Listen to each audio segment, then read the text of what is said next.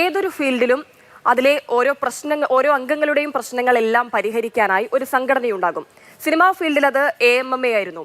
നമ്മൾ അമ്മയിൽ നിന്ന് AMMA എന്ന് മാറ്റി വിളിച്ചു തുടങ്ങിയത് 2017 മുതലാണ്. നടി ആക്രമിക്കപ്പെട്ട ആ സംഭവം മുതലാണ്.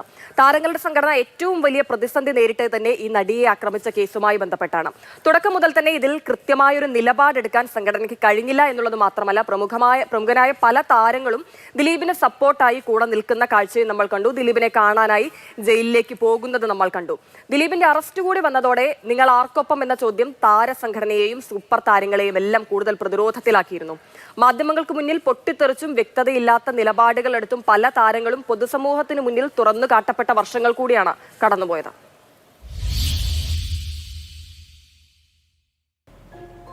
നടിയെ ആക്രമിച്ച കേസിൽ ഏറ്റവും കൂടുതൽ പ്രതിരോധത്തിലായ സംഘടന താരസംഘടന തന്നെയാണ്.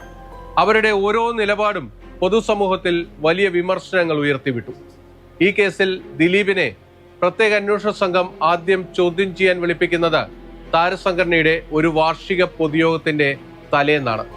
അന്ന് പാതിരാത്രിയായിട്ടും ദിലീപിനെ പോലീസ് ക്ലബിൽ നിന്ന് വിട്ടയക്കാതിരുന്നതിനെ തുടർന്ന് നടൻ സിദ്ദിഖ് അടക്കമുള്ളവർ അങ്ങോട്ടേക്കെത്തി. നമ്മുടെ സഹപ്രവർത്തനല്ലേ, നമുക്ക് അറിയണ്ട. ഇപ്പൊ എത്ര സമയമായിട്ട് കാണാണ്ടായപ്പോ നമുക്കൊരു വേവലാതി ഉണ്ടാവില്ല. അപ്പൊ എന്താണ് കാര്യങ്ങളൊന്നും അറിയാൻ വേണ്ടി മാത്രമേ.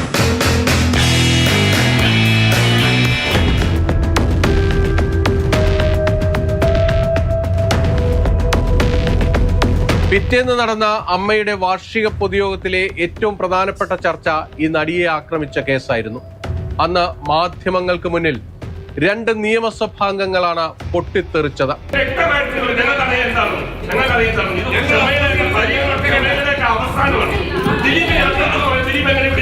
ഈ വിഷമം അനുഭവിക്കുന്ന 2 അംഗങ്ങളെ ഞങ്ങൾ തള്ളി പറയില്ല.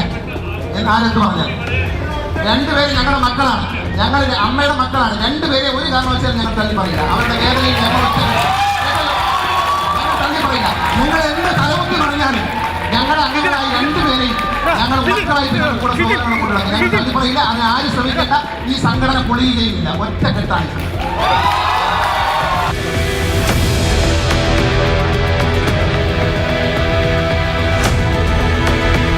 ദിലീപ് കേസിൽ അറസ്റ്റിലായതോടെ അമ്മ സംഘടന കൂടുതൽ പ്രതിരോധത്തിലായി. നിങ്ങൾ ആർക്കൊപ്പം എന്ന ചോദ്യം പൊതുസമൂഹം ഉയർത്തി. ഇരയ്ക്കൊപ്പമോ വേട്ടക്കാരനൊപ്പമോ? അവിടെ കൃത്യമായ ഒരു നിലപാടെടുക്കാൻ അമ്മയ്ക്ക് വലിയ പ്രതിസന്ധി ഉണ്ടായി. മമ്മൂട്ടിയുടെ വീട്ടിൽ വെച്ചായിരുന്നു ആ നിർണായക യോഗം നടന്നത്. ആ യോഗത്തിലേക്ക് പൃഥ്വിരാജ് അടക്കമുള്ള അന്നത്തെ യുവനിര എത്തിയത് കൃത്യമായ ഒരു തീരുമാനത്തോടെയായിരുന്നു.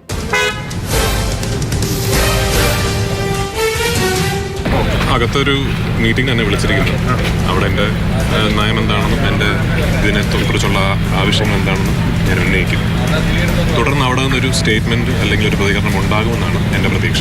അങ്ങനെ ഉണ്ടാകുകയാണെങ്കിൽ, എൻ്റെ കൂടെ നയങ്ങൾ ഉൾപ്പെട്ടുകൊണ്ടുള്ളൊരു സ്റ്റേറ്റ്മെൻറ്റ് ഉണ്ടാവുകയാണെങ്കിൽ അതായിരിക്കും എൻ്റെ പ്രതികരണം. അതല്ലാത്ത പക്ഷം എൻ്റെ പ്രതികരണം ഞാൻ പറയും.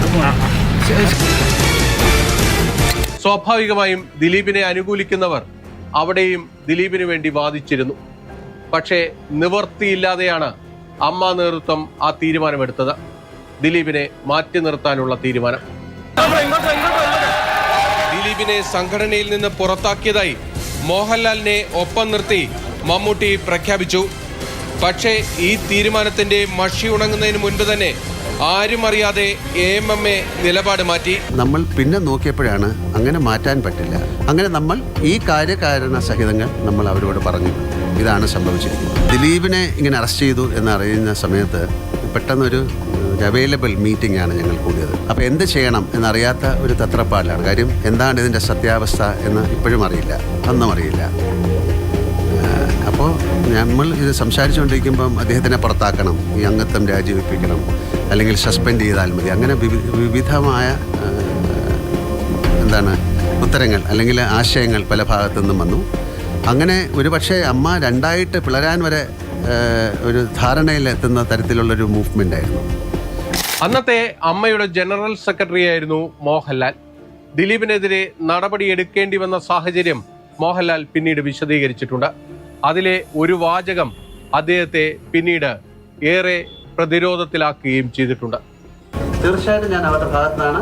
അതോടൊപ്പം അദ്ദേഹത്തിന് വേണ്ടി പ്രാർത്ഥിക്കുകയും ഞാൻ ചെയ്യുന്നുണ്ട്. ഇങ്ങനെ അത് സംഭവിക്കാതെ ഈ കേസിലെ പ്രധാനപ്പെട്ട പല സാക്ഷികളും ഈ താരസംഘടനയിൽ പെട്ടവർ തന്നെയാണ്. വിചാരണ വേളയിൽ പലരും മൊഴി മാറ്റുകയും ചെയ്തു. അതായത് ഈ കേസിലെ വിധി എന്തായാലും താരസംഘടനയിലെ പല അംഗങ്ങളും എടുത്തിട്ടുള്ള നിലപാടുകൾ കൂടി ഈ ഉത്തരവോടെ പുറത്തേക്ക് വരും.